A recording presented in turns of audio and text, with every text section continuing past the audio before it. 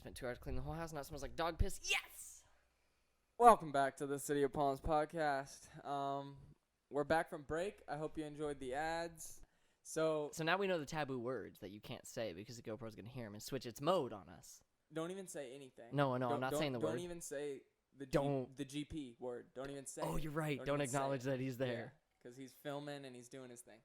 No, but so we had a heavy first half. I hope y'all enjoyed it. And the second half is going to be said. A little lighter, but it's still like some crazy shit going on. So if you know me, if you know Brian, if you know the City of Palms, kind of the birth of the podcast. You know, if you know our origin story, you know where we started from, and you know that we're babies, as Chris D'Elia would say. At the end of the day, we're Chris D'Elia fans, man. We are Chris D'Elia stans, as they'd say in the hip hop culture.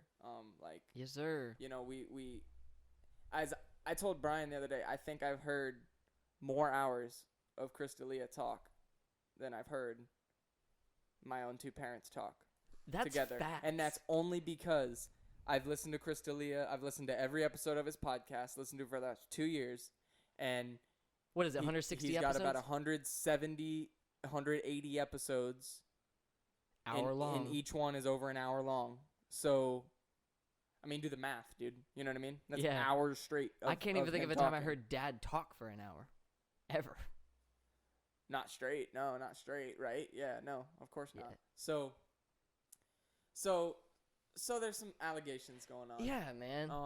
And we'll get into it. And I don't know the full story. I will preface this by saying I don't know the full story. Well, I'm gonna give the full story. I have you have articles all here. the allegations. Oh yeah, I have. Danny's got it. Okay. I don't have all the receipts, but what I have here. Because I saw fellow comedians responding to it. We can get into that later. So listen, we record this podcast on Wednesday. It is Wednesday night, 9:05, Wednesday, June 24th. The article that I'm currently reading to you guys was posted 3 days ago by the Chicago Tribune. It says, after Twitter outcry, 5 women detail Chris D'Elia's alleged sexual improprieties. And it says, one morning in the fall of her senior year of high school, Julia Holtzman awoke to find that Chris D'Elia had sent her a direct message on Instagram. The 17-year-old was confused. She was not a fan of the 36-year-old stand-up comic, and she was not following his page. But she saw that D'Elia had a verified social media account and was intrigued. So she responded, asking how he'd found her. Just came across. Is that bad, he said in the November 2016 exchange. It was clear I was in high school. I had 16th birthday pictures and photos of me at football games on my Instagram. Holtzman, now 20, told the Times. I told my guy friends about it, and they were like, he's famous. You have to answer. D'Elia proceeded to give Holtzman a phone number, which public records linked to his name, and suggest that she traveled from Long Island to New York to come see him. She never went, but saved screenshots of their correspondence for years. This week, she shared them publicly for the first time on Twitter, where multiple young women have come forward in recent days to allege that D'Elia was sexually inappropriate with them. The avalanche of screenshots, many of which revealed the same telephone number and email address for D'Elia, began flooding Twitter on Tuesday night. Simone Rossi, another high school student who had said she had had a virtual relationship with D'Elia, was the first to share how he allegedly asked her to make out and send him pictures of herself when she was underage. Within hours, Rossi's story began to trend on social media. Michaela Oakland, who runs the popular Twitter account She Rates Dogs, said she received hundreds of messages from women with stories about D'Elia, some who'd had negative encounters with him, some who knew other women who had. Oakland shared many of these stories, most of which were anonymous, in a thread that went viral. By Wednesday, the claims had proliferated to such an extent that D'Elia, 40 years old, whose latest stand-up special, No Pain, debuted on Netflix in April, issued a statement to TMZ. In it, he had said he had never knowingly pursued any underage women, and all of his relationships had been both legal and consensual. That being said, I am truly sorry, the 40-year-old continued. I was a dumb guy who absolutely let myself get caught up in my lifestyle. In interviews with the Times, Holtzman and 4 other women told stories of aggressive, sexually charged overtures initiated by D'Elia, who is known to many young fans as Justin Bieber's favorite comedian and has 2.4 million Instagram followers. All of the women, to whom were not 18 yet when their communications with him began, described a flirtatious demeanor that escalated almost instantaneously. In one case, Hate that word. he allegedly, me too, invited two female fans to his hotel room where he exposed his erect penis to them in an attempt to convince them to sleep with him. And in another, he allegedly told a 19-year-old that he would meet up with her only after she performed oral sex on one of his friends.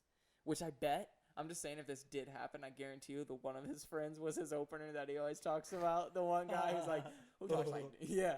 So, D'Elia declined to be interviewed for this article. A legal representative, Andrew Bretler of Levy and Sanger, directed the Times to the comedian's Wednesday statement. This is the last probably paragraph I'll read. The article keeps going. The article keeps going. This is probably the last one I'll read. Rossi, because this is where it gets interesting. Because like I told you, it's just weird that all these things come out. D'Elia played the sex offender on You, season 2, and then think back further to when he was on Workaholics. He's on the episode. He's a predator. You're right.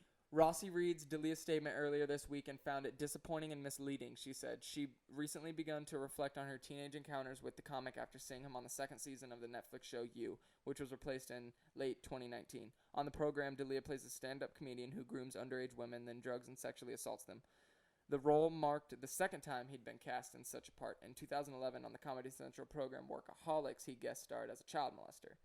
I really couldn't believe they cast him for a pedophile, said Rossi. For me, it was like, why are these shows even casting this person? So that's all I'm really gonna leave it at, man. There's more that can be said, but at the end of the day, I will say that as a Chris D'Elia fan, I didn't want to believe it. I didn't, and I don't want to believe it. You know, I know you guys feel the same way. If you're a baby or if you just like Chris D'Elia, then you might feel the same way. It's like you don't want to believe it, but when all these people come out and when they're publicly tracing the numbers and emails back to, and they're like, yo, this is the guy. I mean, if it all lines up, it's like it's a Me Too movement at the end of the day. Are you gonna take the girls? Am I gonna sit here and just because I'm a fan of Chris D'Elia, am I gonna say no? Yeah, I'm not canceling him. Like, that's Chris D'Elia.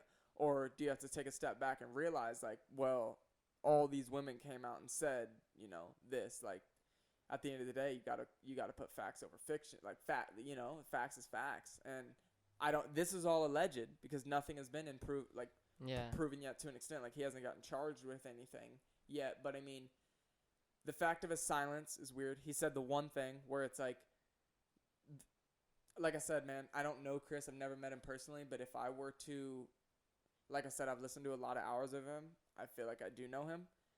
I know that he doesn't drink, but there's been alleged where they're saying, oh, meet at a bar, but but him, I could still see that being a move, him, oh, let me get a virgin tonic and drink it. And they don't know the difference. He gets a drink before they get there. It could be like a whole gambit. Yeah. And you just never really know.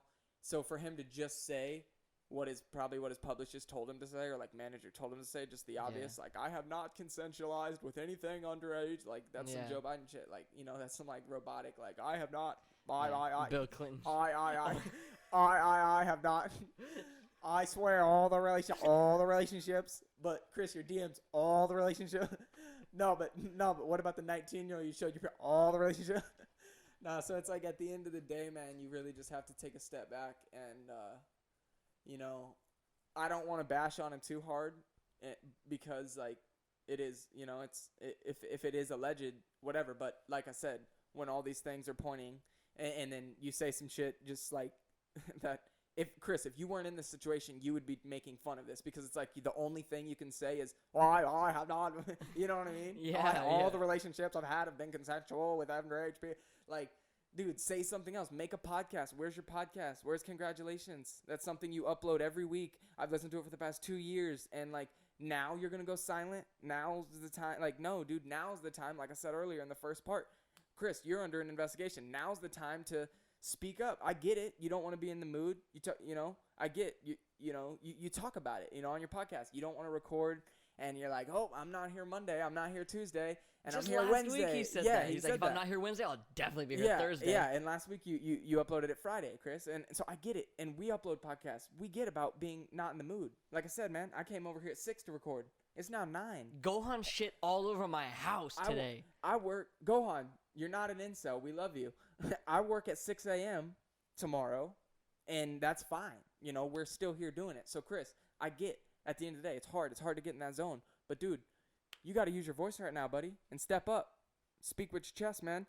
Even if it was true, come out with apologies, dude. Come out with be like, hey, I was how dumb. you feel. Yeah, because some of those were in like 2012. Yeah, dude. And yeah, like you said in the later half of what you said when you actually started like speak from your heart is like you said, you know, I've made some dumb things, but dude, if you have to own it. You can't just say I've never all the relationship. It's like, no, dude.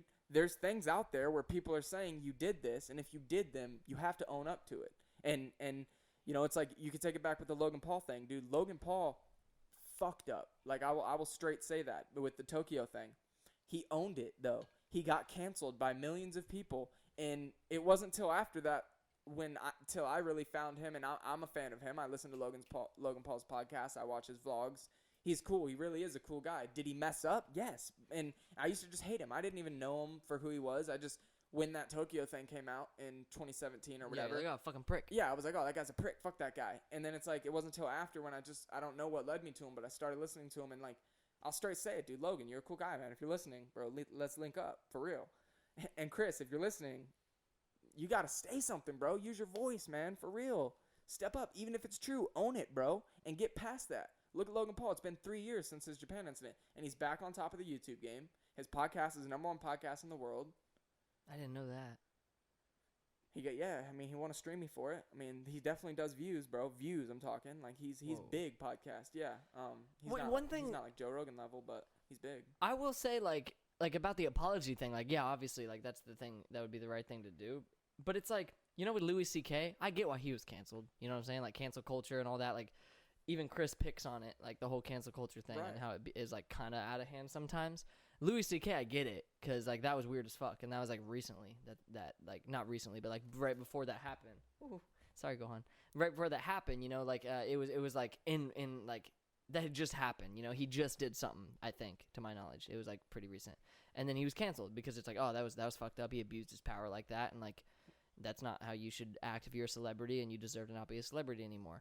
I get it. But it's like, I didn't hear the thing you just said about in that article, how you said something about like exposing himself to someone or like telling oral sex to like his friend. I didn't hear a thing about that. All the allegations that I read about were purely texting. It was like him being weird over text. First, yeah. And it's because as days went on, more people came out.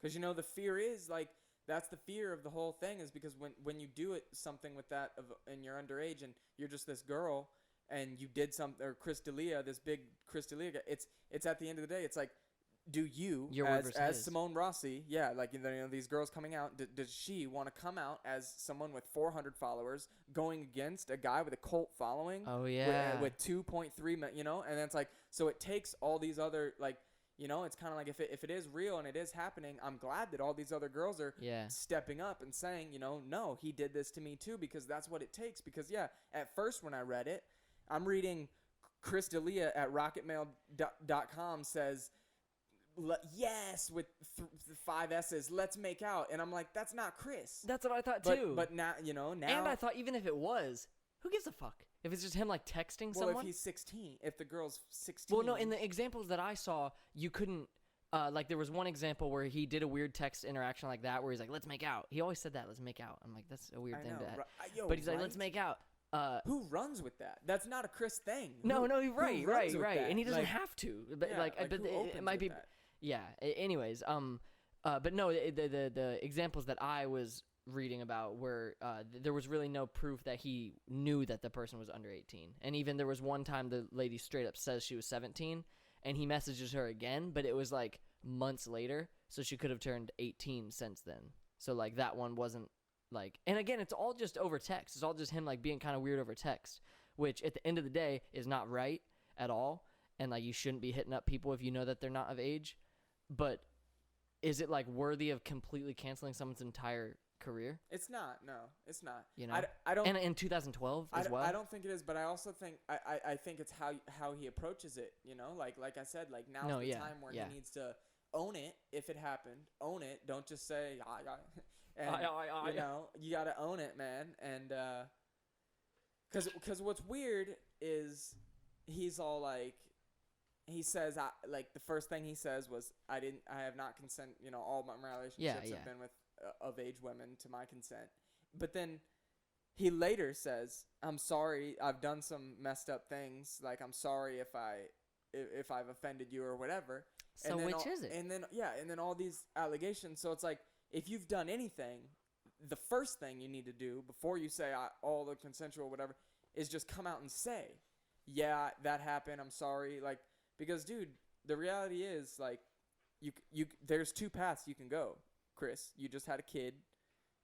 I don't know what's going on with your relationship right now. I know you had you obviously have a girl that you had that kid with. You talk about having a girlfriend, and so like with everything going on, if she left you, like I could see like, but I don't know, man. Like, dude, you got a kid, man. It's more like this is more than just him now. You know, it's like it's more than just furthering his career. You're bringing. You know, you have a legacy now. You know, your kid's your legacy. You have to like make the right moves, bro. Yeah, and your reputation. Like, because if it was long ago, like to my knowledge, none of those were any sooner than like 4 years ago or something like that. That 4 years is a long ass time, and like you change as a person in 4 years, let alone since 2012.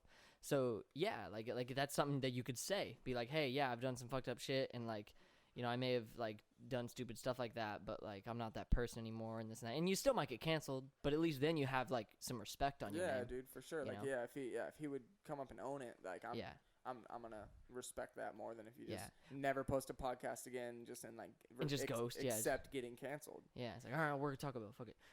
But no, one thing I was thinking is, what if, you know how he's so, I always just took it up to be his personality. Dude, you're biting me so hard, Gohan. I've just took it up to be his personality, but you know, he's always talking about like his cult, you know, just joking about like the babies and like the log cabin and this and that. And like, he always is so stressed about like, if this isn't working, I'm not doing it anymore. If I don't see the numbers going up, not doing it anymore. And like, he's always saying like, share this with your friends and like, let's go to that log cabin. All we want is a silly goose time. And like, he's like kind of like pushing that like cult following. So that, like, the people like you and me, we love Chris D'Elia, you know? Like, basically our dad, you know what I'm saying? Like, with how we, like, how often we listen to him, you know what I'm saying? And I wonder if that was, like, part of it, kind of. And he always talks about cancel culture, too, and, like, and stuff like that. Know, right? And it just makes me wonder if in the back of his head he knew, like, man, if any of that stuff got out, like, I'd really need a strong following to, like, not get canceled. Yo, right. Because me and you, like, like, if it were anyone else, if Theo Von, like, stuff came out, I'd just be like, oh, all right, won't really listen to him anymore. And I'd be like, whatever. But it's Chris D'Elia. Like, that's my dude, you know what I'm saying? Like, I listen to him every week, you know? And I listen to highlight clips of his regularly, even though I've heard him before. I just like his comedy so much, you know? Yeah, for sure. So, but he's built that. He's built that relationship of, like, that cult following, you know? No, it's weird. Yeah, it's weird to think So we'll about. see.